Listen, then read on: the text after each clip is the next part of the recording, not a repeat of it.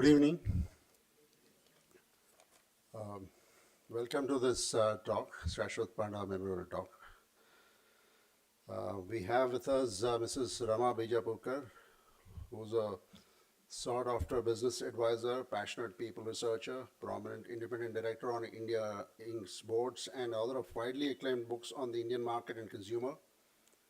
She is recognized as one of India's thought leaders on business, market strategy, and India's consumer economy.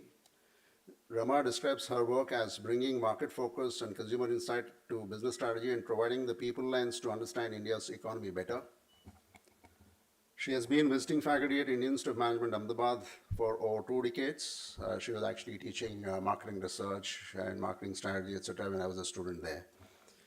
For over 2 decades, teaching second-year MBA students and offering executive education programs on customer-based business strategy. She is among India's most experienced independent directors, having served on the boards of several of India's blue-chip companies. Present boards include Cummins India, Apollo Hospitals, Gokaldas Exports, Sun Pharma. Past boards served on include Infosys, ICICI Bank, Axis Bank, Bharat Petroleum, National Payments Corporation of India, Crystal, Godrej Consumer, Nestle India, Mahindra & Mahindra Financial Services Limited, etc. In addition, she has been on the governing councils of institutions like IIM Ahmedabad, Institute for Human Development, and National Institute of Bank Management. Other past professional activities and experience include Senior Fellow of MasterCard Center for Inclusive Growth and Member Eminent Person Advisory Group to the Competition Commission of India, and Fellow Center for Emerging Markets Economies, Fletcher School. Previous work experience includes employment with McKinsey & Company, Marg Marketing and Research Group, now Nielsen India, and MODE Services, now TNS India, followed by own consulting practice from 2000 onwards. Mrs. Rama has been a dominant voice in the media on business and policy issues in her areas of interest. She is the author of Lilliput Land, How Small is Driving India's Mega Consumption Story. We are like that only, understanding the logic of consumer India, a never-before world, tracking the evolution of consumer India, and customer in the boardroom, crafting customer-based business strategy. Mrs. Rama holds a BSc Honours degree in physics from Delhi University and MBA from the Indian Institute of Management, Ahmedabad. Welcome to IIT Bombay, Rama. Thank you very much for coming.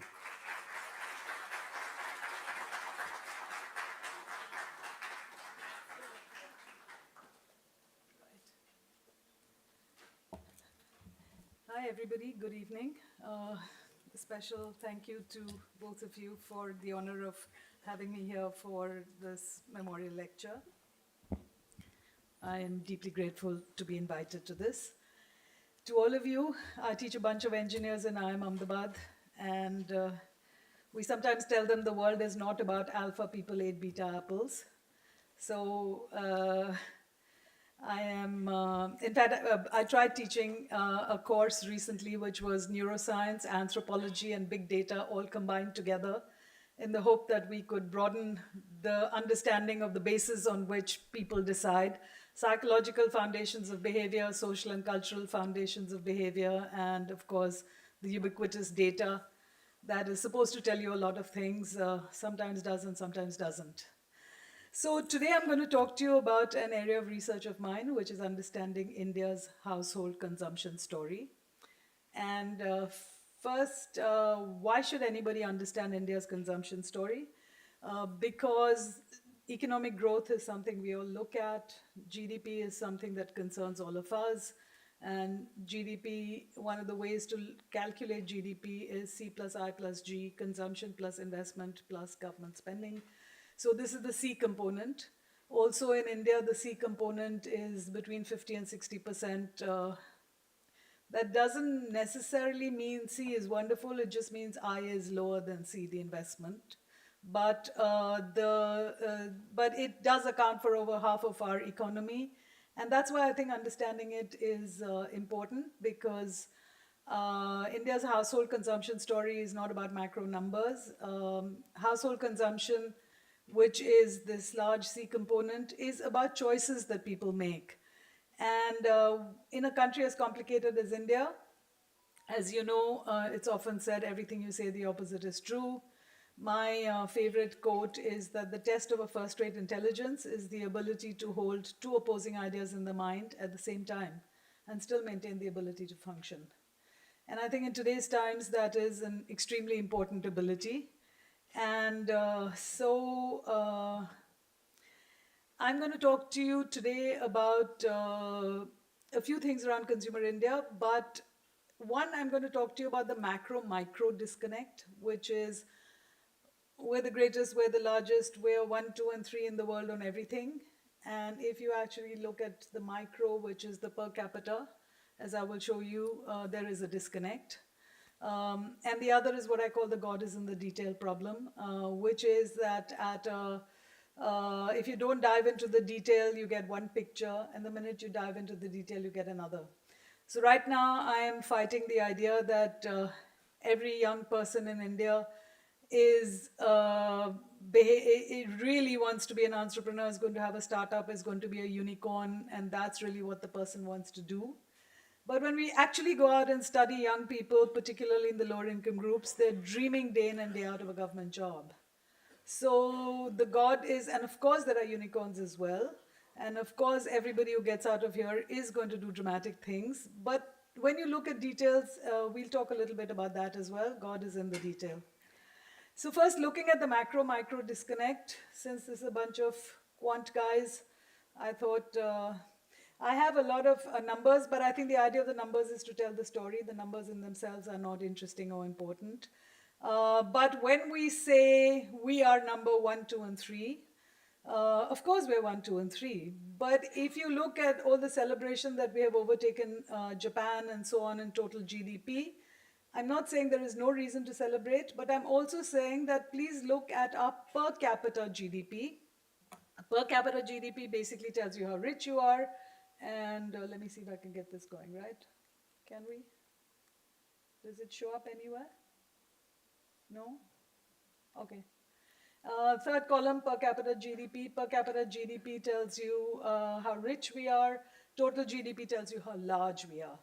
So we are as large as, in fact, slightly larger than Japan, but our per capita GDP is 2,878 US dollars, while theirs is 33,956, right? It always stuns me when I look at the fact that total GDP rank of India is 4, but the per capita GDP rank is 136. And I think we need to hold these two opposing ideas. If you look at China, it's the total GDP rank is 2. The per capita rank has come up quite significantly, and it's about 13,000 odd dollars. The last column shows you how much is the private consumption share, which is what contributes to the GDP. And so you will notice that countries like USA are high on total rank, and they are also high on per capita GDP. So they are not only big, but they're large.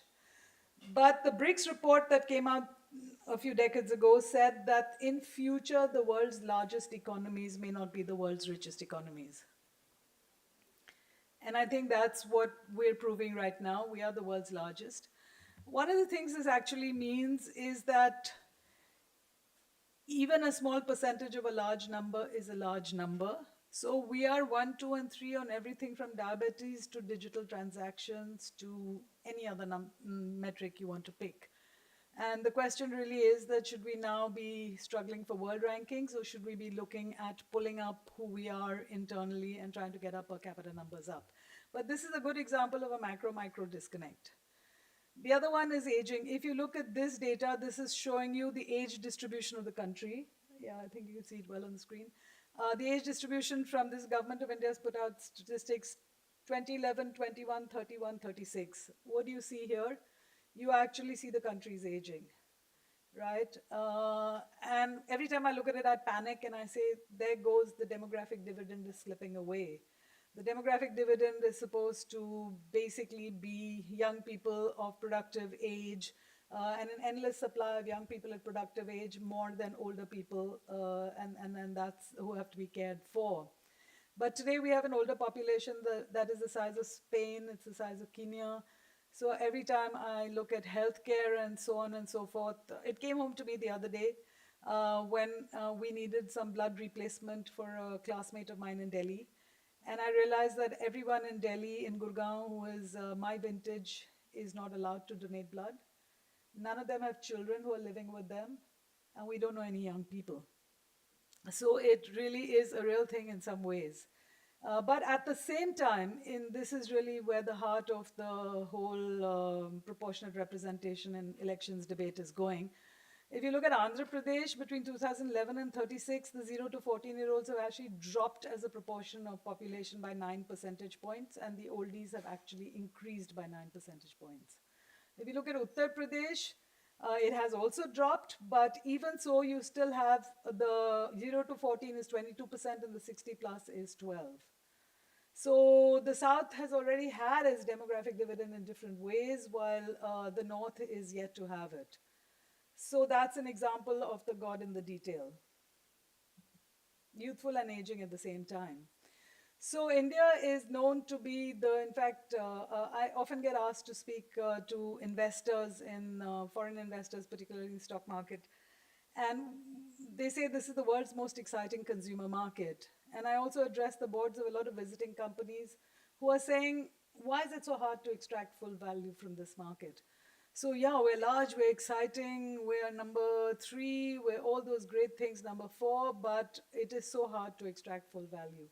And I want to talk to you a little bit about what are the characteristics of this market that makes it so hard to extract full value out of this market. Is it a good thing? Is it a bad thing? I don't know that the value judgment is necessary at this point, but we can come back to it in the Q&A. So I think of macro consumer as a sister of macroeconomics. Macroeconomics tells you about GDPs and fiscal deficits and so on. The macro consumer is just looking from a very large perspective at the 308 million households we have, the 1.4 billion people we have. I'm surprised at how much family sizes come down. They're actually coming down. And it's interesting that in America, for a given population, you have more families because they have 1-2 people households often. And I'm also surprised to find that in our uppermost income groups, the average family size is well below 4 because our children often don't want to live with us also.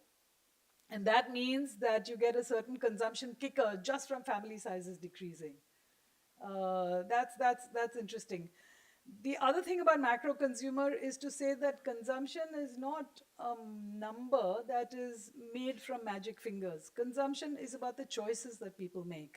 So when liberalization began, and maybe for about 8-10 years after that, global consulting firms had a very famous slide. They had per capita income on one axis, and they had per capita consumption of everything under the sun on the other axis. And the idea was that as your per capita income grew, you would do exactly what people before you did at that per capita income. And I found that whole idea a little bit ridiculous. Now, 20 years later, they've changed their minds as well. Why is that? Just because I am now getting to the income that America was, I don't know, a zillion years ago, doesn't mean I'm going to be drinking Coca-Cola for breakfast. We now know it's bad for you. Coca-Cola knows it's bad for you. Per capita consumption or per capita availability of toilets outside the house is very low. So you will not give your child a drink of water anywhere, or certainly not a drink of Coke. And the idea that, and I remember being asked by a very big luxury brand, when will Indian women pay 2.5 lakhs for a handbag? And I remember saying to them that after we've sent our children to Harvard or IIT or wherever it is that they go, that we have to pay for them, then we'll think about doing this stuff. It doesn't mean that there aren't enough handbags. I mean, I'm always surprised now at how when you go through security in airports where you're not expected to put it in a bag, even then, women don't want to put their fancy handbags directly on the conveyor belt. When you go to a restaurant now, you're given an additional chair for your handbag. So we know handbags are a thing. But we also know that it is about choices that people make, and I cannot emphasize this more. And choices people make are cultural, choices people make depend on what is important to them, what other things you need to do. Our biggest expenditure items in India are communication, conveyance, education, and health. No surprises here.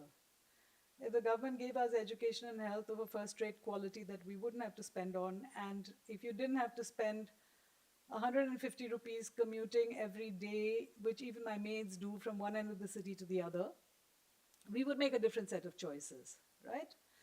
So we'll look at the economy through the people lens.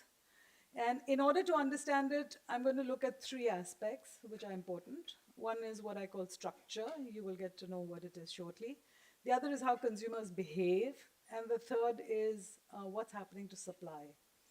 Now, normally I would not put supply into an equation about consumers, but I'm now finding that because multinationals and big businesses have given up on the average mass market consumer, the lack of appropriate supply is actually changing a lot of options that we have.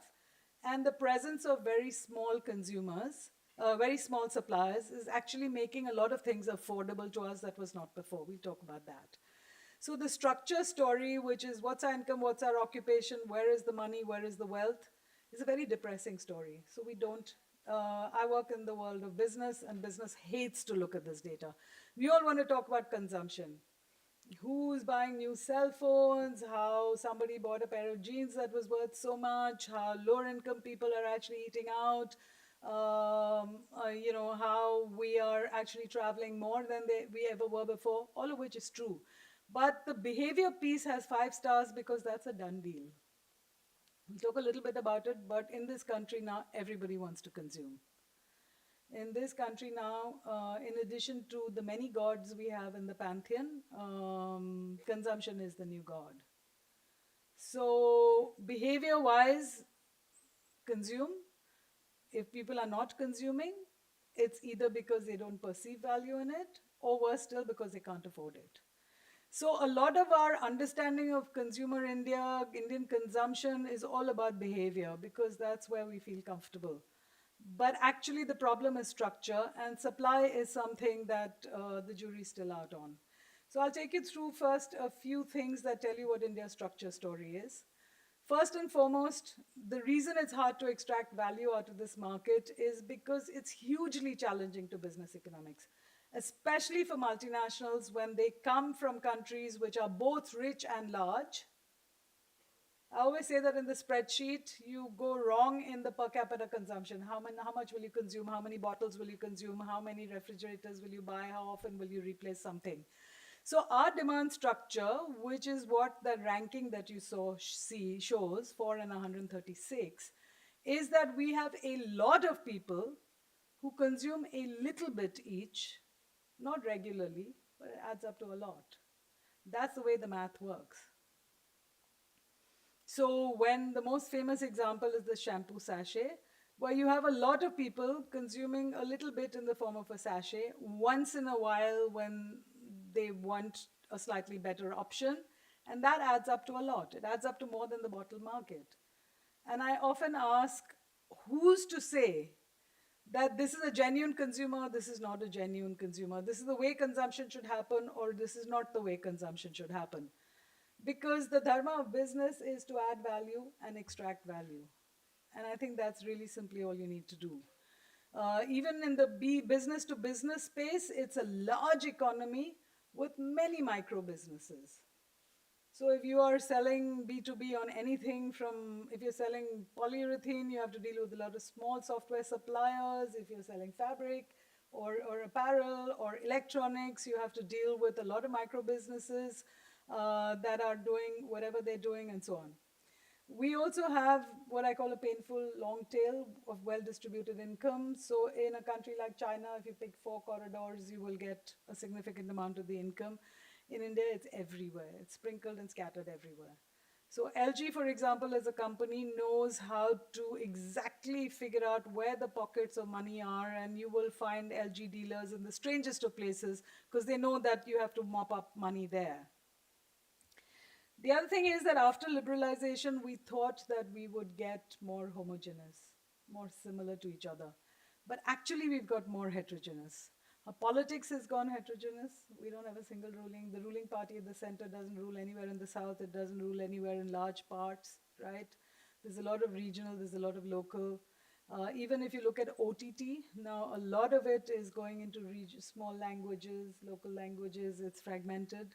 Talk a bit about fragmentation. The internet is not homogenized us, it's taught us how to be in our own little parochial little groups. If I want to know anything that I heard as a child on any ritual, the internet will find it for me. So I think the heterogeneity is huge, which causes a cost of complexity because you can't just do one thing. The reason physical modern retail didn't work here is because the business economics of physical retail are you build scale, you buy cheap, you sell cheap. You buy cheap by twisting the arm of the manufacturer, and you sell cheap because you pass on the benefits to the consumer. But if every 15 kilometers it's a different rice, a different smell, a different oil, you can't build scale that easily. You have to lose money a lot more before you build enough scale to be able to demand enough discounts to be able to pass them on to your consumer.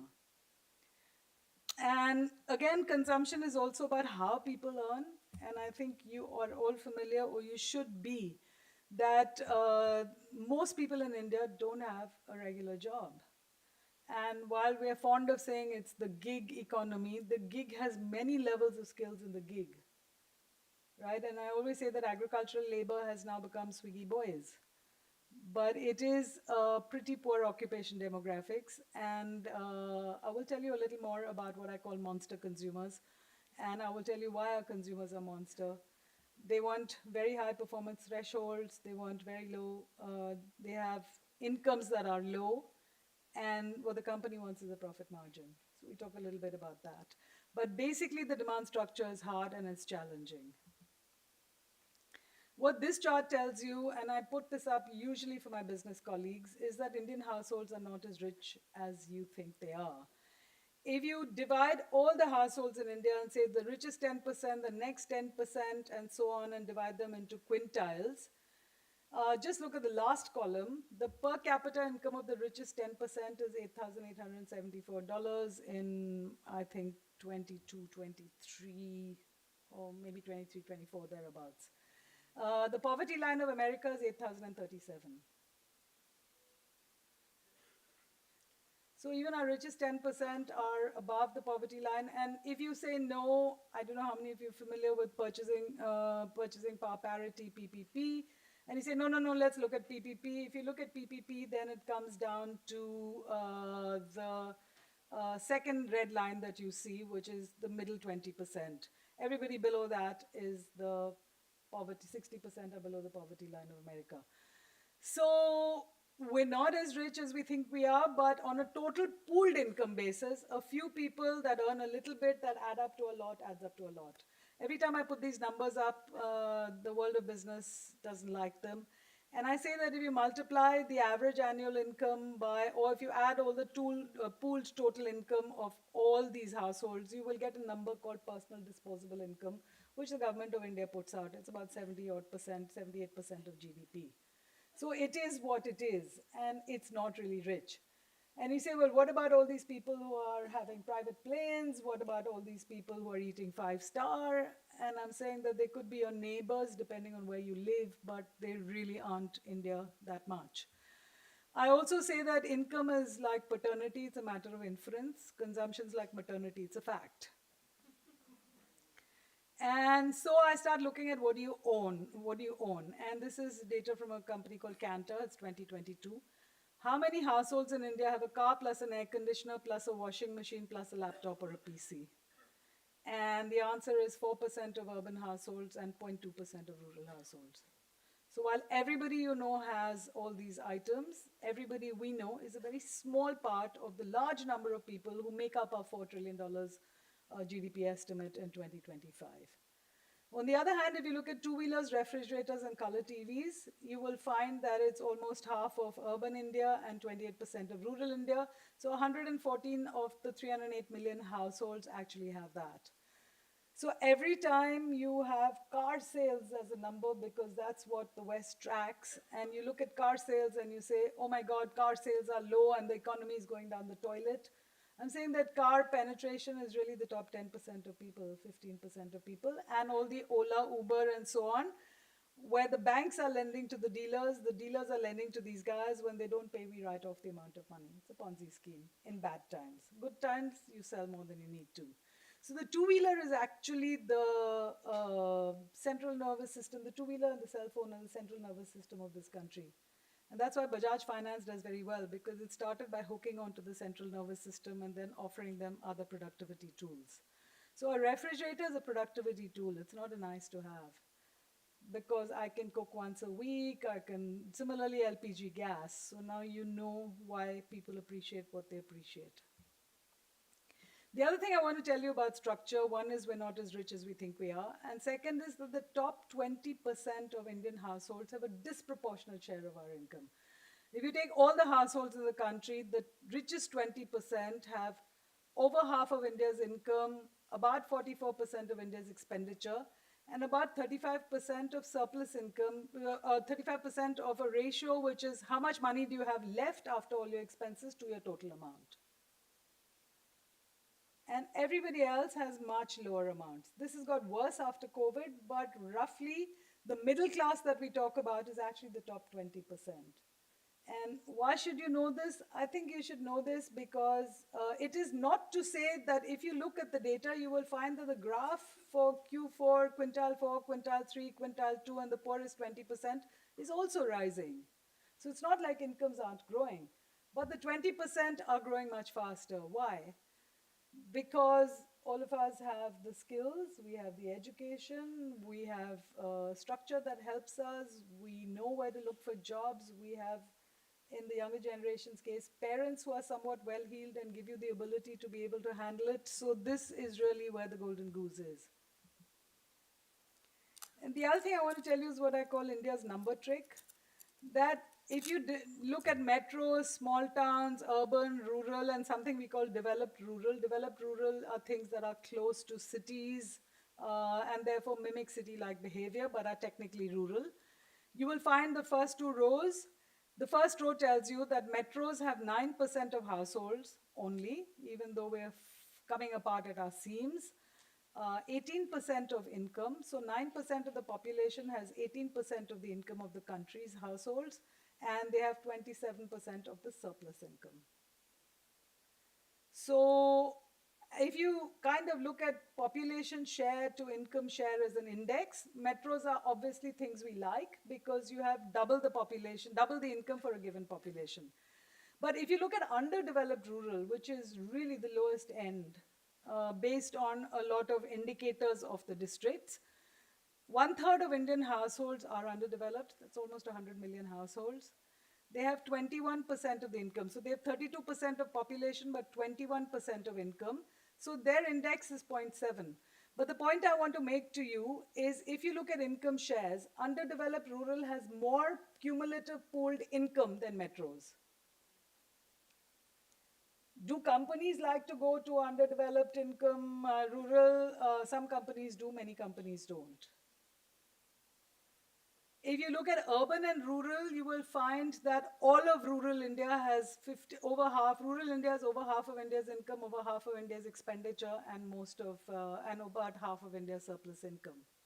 So the index of number of households to income is 1.3 for urban, it's 0.8 for rural, which is not bad at all. So it's not a great amount of inequality.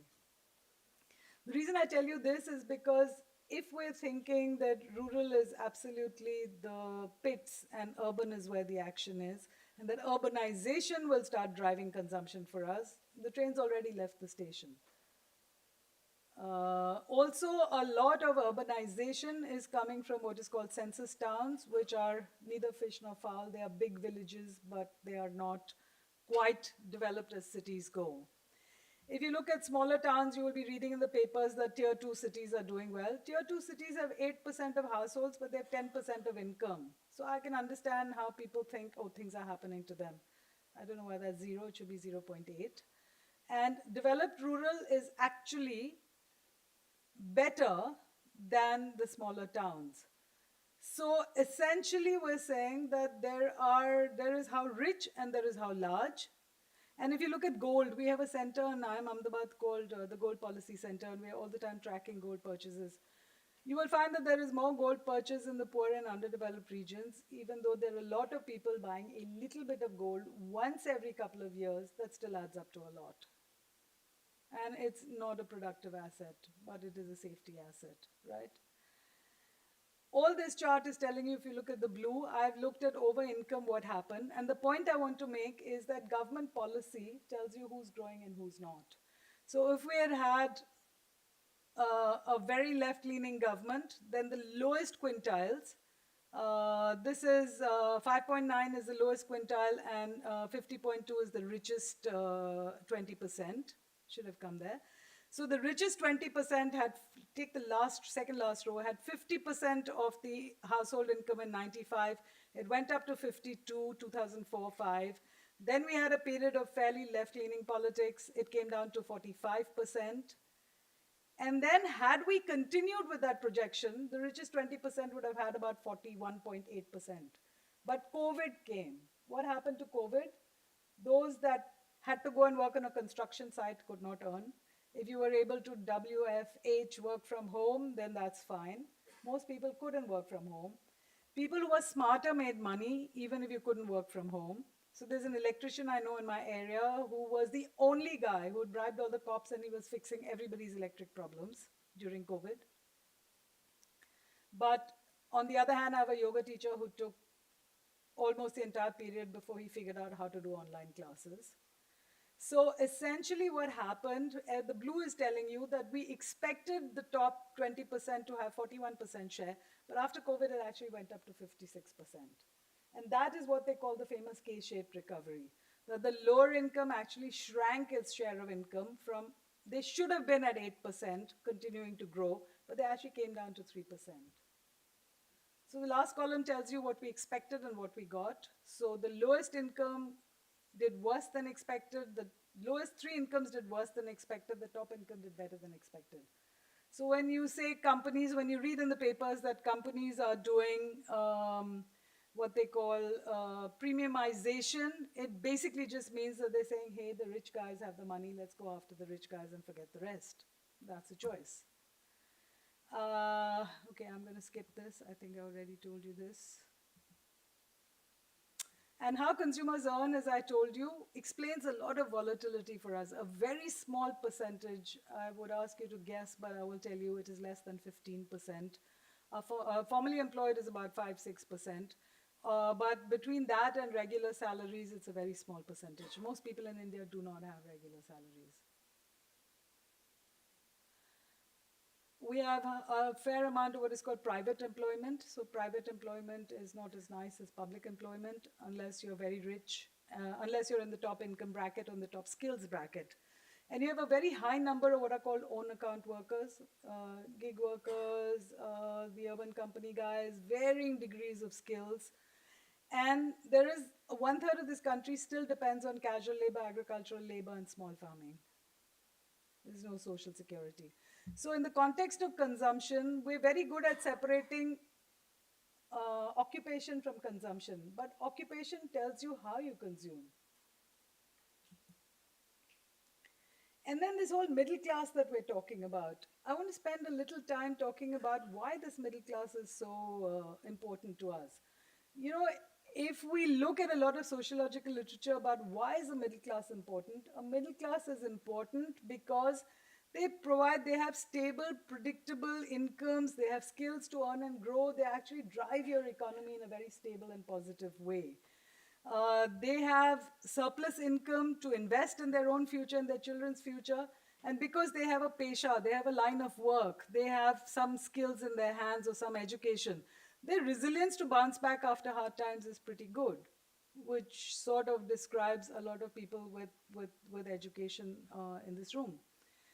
So if you actually put all these criteria together, and in my book, Lilliput Land, I have put the numbers there, you will find that at best, the richest 20% are a genuine middle class. The rest of what we call middle class is income X, income Y, expand X and Y, and you will get larger and larger numbers, and the FT will be happy quoting it. But actually, that is really where we have a very small middle class.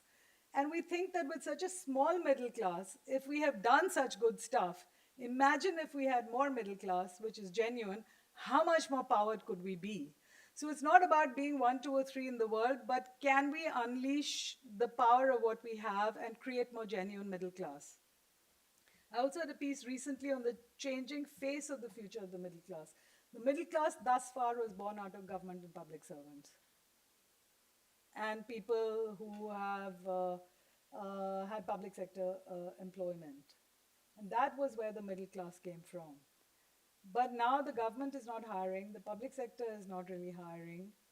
The hiring levels are actually coming down. And so the changing face of the future middle class is very different from the past. And I think that's something we're going to have to cope with at a policy level and as an economy, as a society. Because now what we're really getting is a lot of small business people. Also, the other thing is that in the old days, the middle class had pan India travel experience because they worked all over India. Now it is people who are stuck in the places where they actually are. So it's a very different dynamic going forward, and we're still studying it to see what's happening there. So that's a structure story. If you may think it's all bad news, the idea is not about good news or bad news. I struggle very hard to try and tell people, and that's why my first book was called We Are Like That Only, which is, it is what it is, now suck it up and deal with it, right? So if you have many Indias and it's fragmented, then have a product portfolio that works better. If you don't like the fact that we live over 4 centuries, pick an India and say, this is my India and work with this India. But the structure story is what it is. The behavior story we've talked about is absolutely terrific. There are many things about the behavior story that I will tell you just one of them, which is why do I talk about our monster consumers? I talk about our monster consumers because, you know, many of you are not were not born at that time, but from 1991 onwards, the prices of everything came down and the quality of everything went up. Why? Because the government pulled back duties, because competition came in. So from 16 rupees a minute on a cell phone down to what it is now. Airfares, when my child was small, I spent an entire salary just flying my mother up and down from Hyderabad. But today, the chowkidar in my building says, Madam, Varanasi ka ticket kitne mein aayega, and I want to fly. Oh, why not? So that's one thing that happened. So we have an entire generation of consumers who are spoilt with prices coming down and quality going up. Then we had that same lot. What happened after that? China came. The Chinese goods were really exciting. They were interesting, even if they didn't last. Even if you had cartoons of guys committing suicide where the string broke and the table broke and all those kinds of cartoons that were going around. Even so, I think it gave us a whole lot of stuff that we'd never seen before at prices we'd never seen before. And over time, China started making for India. My weaver in Bhimbaram, he asked him, where are you? And he said, I've been in China for 4 weeks. And I said, who the heck took you to China? And he said, they want to understand our weaving patterns so that they can print for this country. My maids now have 10 saris, which they would never been able to afford earlier because now they're so cheap. And I have nobody to give away my cottons and silks to because they're high on maintenance and nobody wants them. But then, so China came. After China went, we got the e-commerce wave. For the first time in our lives, we were allowed to return whatever we wanted. Never happened before, right? And it was all done with VC money, etc., never mind. But think of how it spoiled consumers. Everywhere else in the world, high touch went out and high tech came in. In India, high touch is here and high tech was also here. So our consumers, I work a lot around banking, they say, recognize me on the phone, RMN dekhe, I want to come into your bank branch, recognize me when I come into your bank branch, recognize me on through net banking, and recognize me when I want to vent on the phone to a human being. And everyone says, oh, omni-channel, omni-channel. But basically, it is spoiled consumers who want the high tech and who want the high touch. So we want very nice retail outlets where we can go and shop, and we make up our minds, and then we come back and we do Amazon. Yeah? So we're very good also at value processing behavior. So there is only one religion Indian consumers have. Paisa vasool ki nahi. But what does value actually mean? It doesn't mean the cheapest. It means benefit minus cost. Everybody has an algorithm in their heads. Different people have different algorithms.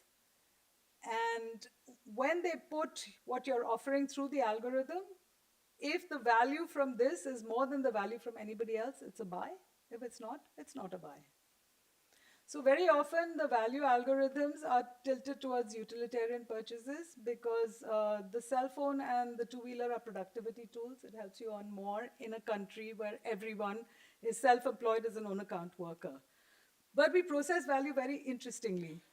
Uh, I have a lady who she does minor beauty work and massages in the evenings, and she would be of much lower social class. And she told me that she had two uh, paid for movie channels at home, cable channels. And I said, why do you do that? Why do you have it? And she said, I have to me, it seems like a waste. But in her algorithm, she said, I have two teenage sons at home. If they step out of the house, they will spend money. Better keep them at home. And she said, my mother in law has to stay home to cook dinner so that I can come to you women who are available late at night and charge a price premium to you. If I don't have the latest movies, she will go to the neighbor's house, she will go to her daughter's house. So the way people process things are quite interesting. So there are some people who are money for value. I'm seeking benefit. I want top of the line. I want an iPhone and I want it at that price. I want a second-hand iPhone and I want it at that price. I will balance price. I will balance value. I don't want an old motorcycle. I want the latest model motorcycle that I will pay a black premium for, because then it will last me longer before it gets outdated. So there are many, many ways in which people process value. And I think everybody wants novelty, experimentation, efficiency, productivity, indulgence. There's so much talk about quick commerce. And I'm saying when I was growing up, I was the quick commerce. I was made to run out when I was 4 years old to go and buy cigarettes for my father. Okay, after that, there was Ramu that came in the shop, and then you could call him and say, I've run out of coconut milk, can you please send it to me? Then we drove the kiranas a little further away because of real estate prices, but now I have another Ramu, and he's coming and he's delivering whatever he's delivering to me. And of course, it changes our behavior, but I mean, what's not to like? But am I going to give up a brand for getting it in 10 minutes? On some counts, maybe yes, on some counts, maybe no. So I think we all process value in interesting ways, and that's a whole thing. But behavior-wise, and we have limited amounts of money, and everyone's competing with everyone. So during Diwali, you will find Chroma actually ran a campaign that said, "This Diwali, don't buy sweets, buy electronics. Sweets make you fat." And I thought, if sweets and electronics are competing, and similarly, on the one hand, people are going crazy about how Hindustan Lever results are bad and consumer demand is down. My office is opposite the visa office, and the visa office is so jam-packed, there's no place to even drive your car. So obviously, going abroad is competing with whether you want a top-of-the-line shampoo or not. So I think behavior we worry about is pretty much okay. But it's supply that we have a problem with. So I'm going to end by telling you a little bit about supply. The consumer leads, supply lags. You can think of category after category after category where we want more and the supply is just not available. Try going on a holiday on a long weekend. Not happening. Airbnb won't give it to you, Oyo won't give it to you, 5-star won't give it to you, 3-star won't give it to you, we have 1.5 airlines won't give it to you. And developed market MNCs really struggle with their India strategy because they are prisoners of their past success formula. How long did it take for Microsoft before they figured that it was the mobile and not the PC? Tetra Pak keeps telling me that, oh, even Vietnam consumes more Tetra Pak milk. Why are you guys so backward? And I say to them that unfortunately, Dr. Kurian and Amul got in before you did, and they have changed the whole landscape for us. They have their IP and their success formula, and they want to milk it here. It doesn't work. They don't like the stressful business economics. And there's a big issue around margin gates. If you say this is the margin, then you will always get a my gate that will trump a Honeywell, and you will always get a lower end Salesforce.com or 10 lower end Salesforce.coms because they're not looking at the margin gates the way the multinationals are looking. But the new economy multinationals are doing much better. Why? I think because they have no religion, they have no history. Their strategic flexibility is much more. They're fairly new. They were born in the mid 2000s. So they're learning as you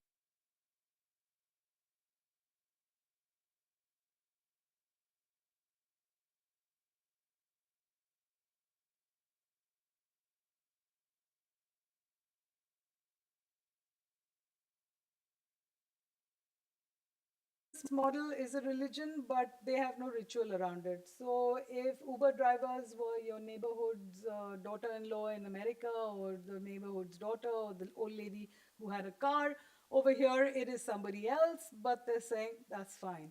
And they don't have legacy assets that they want to sweat for us. So Netflix will come in and Netflix will say, I will use local Indian content creators, and you guys, if you want this kind of content, I'll give it to you. You want that kind of content, I'll give it to you. But I think all multinationals say that above a certain line is my market, which is really silly. When people say that below a certain level, you will, above a certain income, consumption will take off, I find that very hard to understand. If you say this is the level of income that my consumer has to have in order to qualify to be my customer, you're basically saying this is my cost. And if you, consumer, can climb over my cost and your income, then you're my customer. I'm saying that completely defeats the idea. And they say that over time, the creamy layer will get creamier. But the point is that mass markets don't wait for anybody. And we're seeing that in India. We're seeing a lot of it in India. The large Indian companies have pretty much behaved the same way. They leveraged Indian balance sheets, went abroad, said, I will serve at 80 rupees to a dollar. Why am I serving you? And then when you have trouble, then you come back and you try and figure out how to rejig. So between the multinationals and the large Indian companies, the mass markets of India were left. Left for whom? Left for the small guys. The small guys got better, they got nimbler, there are fewer entry barriers. Once upon a time, if you wanted an ad agency, you needed to be Hindustan Lever. Today, there are 100 guys on the web who will do some designing for you. And so how do you win in India's mass market? You need performance, you need price, affordable price, consumer acceptable performance, company acceptable profit. And this is where everybody has struggled and struggled and struggled for so long. And they've struggled doing things like, sorry, I should go back up, but they've struggled in the past trying to do this, and you need real innovation, you need a nano, you need process innovation, you need frugal engineering, can't make it happen. But hey, life has changed. So on the demand side, they're saying reduce price of usage, retain performance. On the supply side, they're saying keep margin. On the demand side, consumers are saying enable occasional access to high value items, like a Mercedes car that I can hire an Uber, or a dress I can hire, or a tractor. The supply side is saying, I can sachet eyes, but how do I reliably start people to share? The demand side is saying that I have a small ticket, I live remotely, why am I paying a penalty? The supply side is saying, oh, the cost of serving you is a lot. But now that's changed. That's changed with the new economy. And that's the thought I want to leave you with. I think a lot of these compromises of customer and supplier have got broken because operating costs have been crashed. If you look at all the new economy models, and you guys know it more than I do, look at Oyo, look at Dayhart, look at Urban Company, look at Deal Share, look at rural banking as well. Earlier, people would not like rural bank branches. Today, between banking correspondence and Aadhaar-linked identity verification, costs you nothing. So you aggregate users, you aggregate suppliers, you enable sharing, and you digitalize processes and crash costs. And this is actually the formula which works well with a lot of people using a little bit each.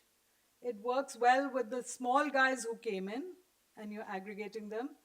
And that's why the future of the Indian market, I think, is going to be digitally powered marketplaces. That's why I think Amazon works. There is a dark side people talk about. That's another subject. You have more small suppliers. You have hyper-local suppliers. You have full-service platforms and standalone platforms. And that's where the future of the world is going. In India, we will have more fragmented, more localized competition. And we are fragmented in attention and channels, in politics, in development, in language, in identities. So many Indias are many, many, many more Indias. We are fragmented in supply as well. This is what I call Lilliput Supply. This is a shop that talks about yoga. If you look at the top picture there, it calls itself a yoga broom. It's a broom that moves in every single direction to clean stuff for you. Okay, it works perfectly well. It's quite nice. You have Scotch Brite at $2.98. You have Gala Sponge Wipe at a $1.99. $1.99 works quite well. Thank you. You have at the high end artisanal chocolates. So at the high end, you have Lilliput. At the lower end, you have Lilliput. Lilliput comes from Gulliver's Travels, a lot of small people that got together and killed a big giant. And that is really the title of my book. We will have more volatility. We have to take care of that for all the reasons we've explained. And I think the question really that I want to leave you with is to say that how will economic policy shape the future of income and occupations? We're not seeing a great deal of, there's a big debate going on whether manufacturing will actually come in and absorb all the low-skilled labor. There is a view that says that ship has sailed, that bus got broken, not happening. Then how does, also, I don't know that companies are going to hire more people. I think they've got so used to variabilizing the cost of people that they hire. So what will be the future of income? Income will grow, but will it be stable? How volatile will it be? What will happen to us? And there's a lot of interesting work, it's on my website, that we're doing actually with the professor from IIT Madras on young India at not your level, but first generation college goers.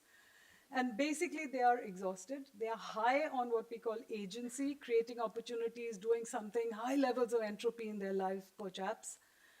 But they have no structure to help them. So as a result, their dreams are smaller. The aspirational middle class is probably going to be the exhausted middle class going forward. They all dream of a government job. They all dream of certain amount of predictability in their lives. So I think we are, and to them, consumption is no longer the holy grail. A good life is not about the latest cell phone. It's about being able to get home at a reasonable time and spend time with your family. So it's a completely different place we're going to. But I think the tonality, I hope I have been able to convey to you the tonality of what this C of the C plus I plus G is. And it is good news, it is bad news, but more than anything else, we are like that only, so let's just deal with it, right? Thank you.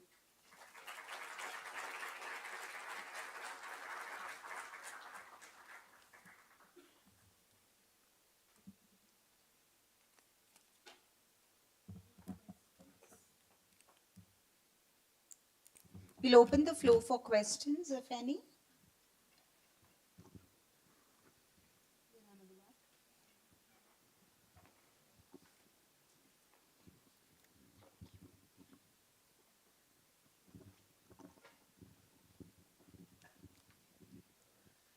Thank you for that amazing talk, ma'am. So I guess I'm Anush, I'm a faculty here in social sciences.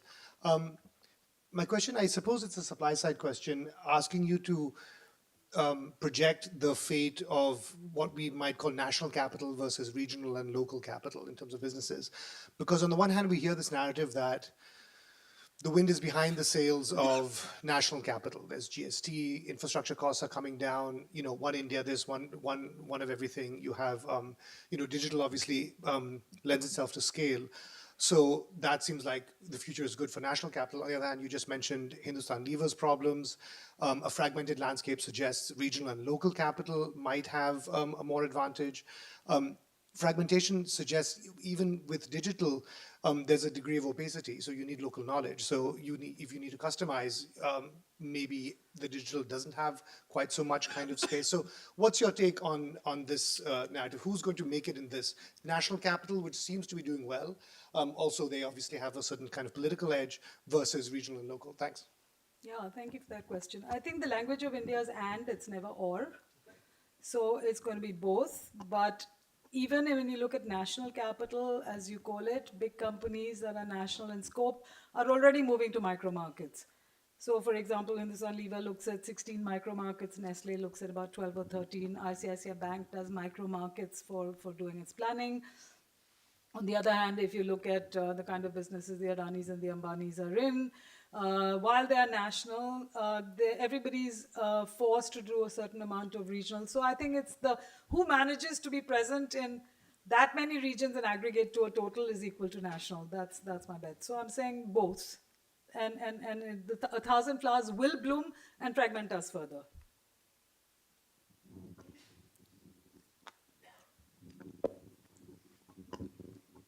There's also a hand up at the back there, the lady. We'll come to you. Hello, this is Siddharth. first year MBA. Thank you for the nice session. I just wanted to ask a question related to the Gini index that was recently published by the World Bank. They took the consumption data for the Yeah. this. Can you contrast the data that you presented with how they were able to present such a rosy picture there, whereas you're presenting quite a mixed picture in this case? Yeah, so I think this has been written about a lot, that consumption data doesn't give you, the surplus income is the answer, right? That when you look at income, beyond a particular point, you don't consume anymore. Right, right. So that's why you start having surplus income. So if you look at income data, you will find that there is inequality, which in itself is not bad. As long as the lower levels keep growing, if the rich get richer, I mean, as far as I'm concerned, that's fine. It's when you have one lot growing and the other lot not growing that you have a problem. But so it's been said that World Bank is comparing apples and oranges. In some countries, it's looking at income data. In some countries, it's looking at consumption data, and that's really where we have the problem. There was a question. Hello, ma'am. Thank you. I'm Jyoti. I'm a PhD student here.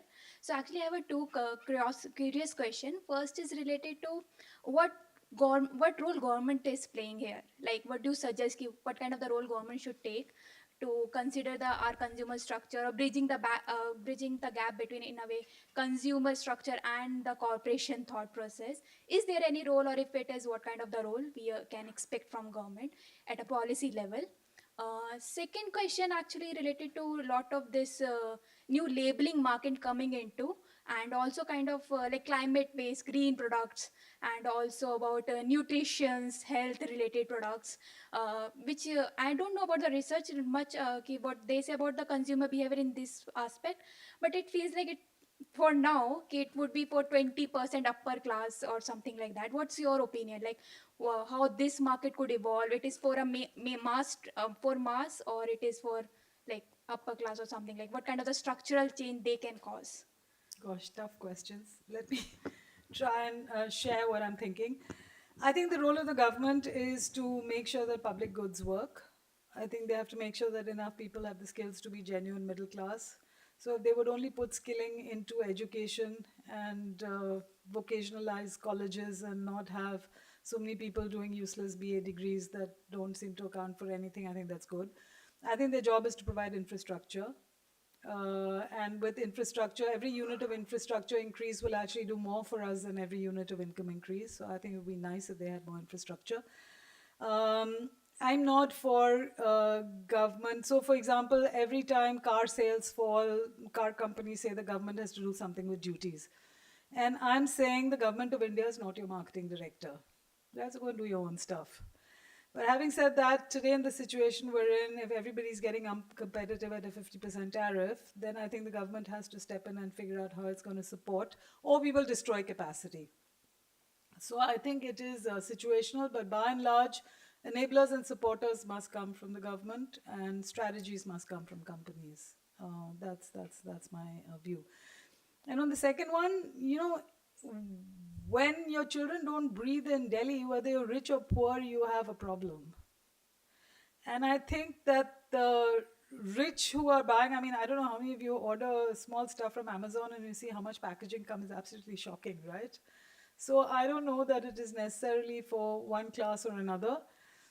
But I do believe that if you are firstly ruining status quo, I mean, if we were already, as we say, the last thing Indians voluntarily threw out was the British. So we recycle practically everything. But then if you then start giving us more stuff and then say, I'm going to take it away, and you have to pay a higher price for green, the Indian consumer's algorithm doesn't work. So I think the jury's still out on that.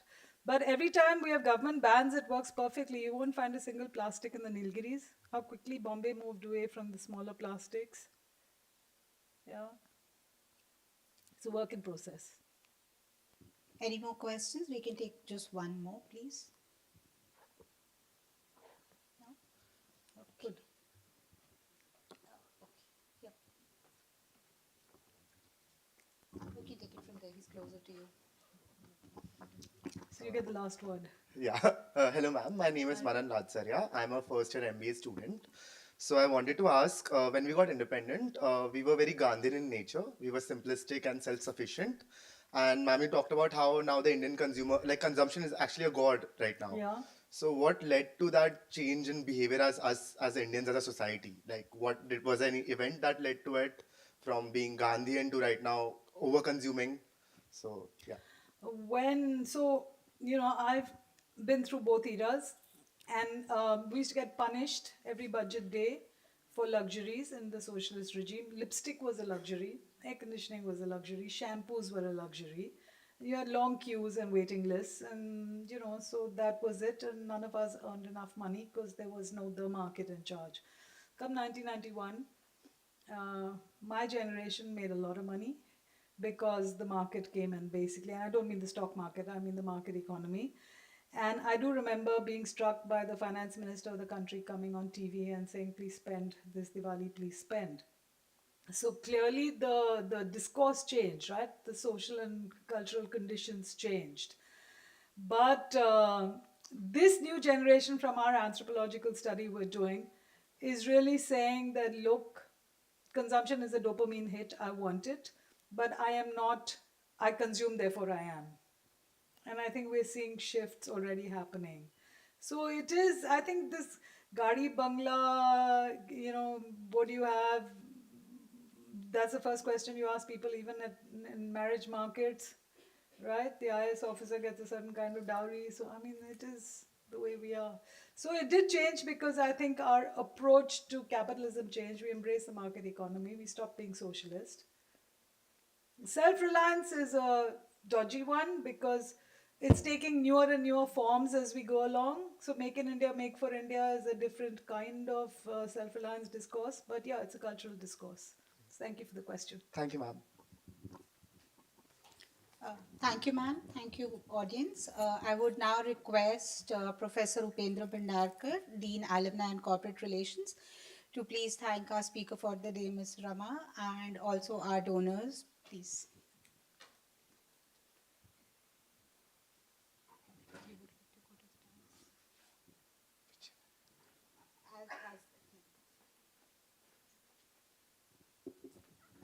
So you want me to stay up here? Thank you all for coming and thank you for listening. I'm not used to students who listen to me. So this is a big change. Thank you for that.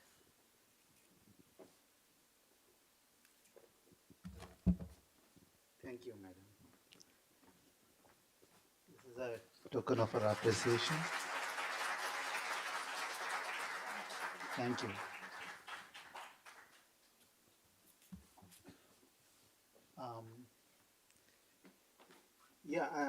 For me, as Dean of Alumni, it is, of course, a nice feeling that there is a lecture in memory of our alum, but let me tell you, it is double-edged. In this case, Shashwat was also my student, so it's not very pleasant that the student has passed away before the teacher. So for me, that also is a hurtful thing, but then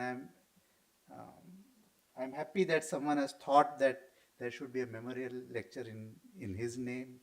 His family and the company he worked for have given this donation and made this happen. So that memory lives on. So I'm very happy that this lecture is on. So I'd of course like to thank Professor Bijapurkar for her nice talk here. Thank you very much. Can you please come on the stage too? Maybe please request Mr. Satvik Panda and Mr. Aaron Panda also. Ma'am, yours, please.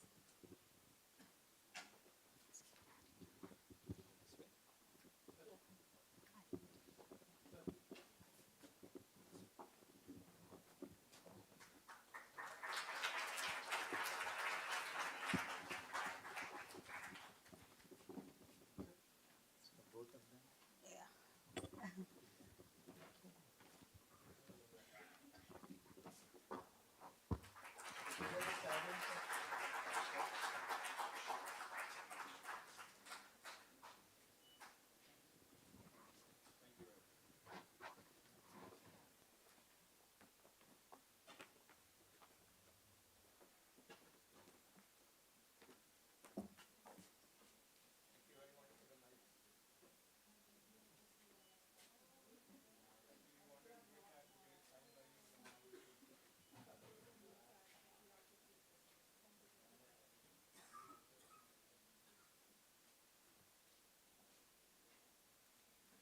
Thank you, Professor Rao, for helping us with this lecture. I also thank the audience, and I request everybody to move to the foyer area for some refreshments, please. Thank you.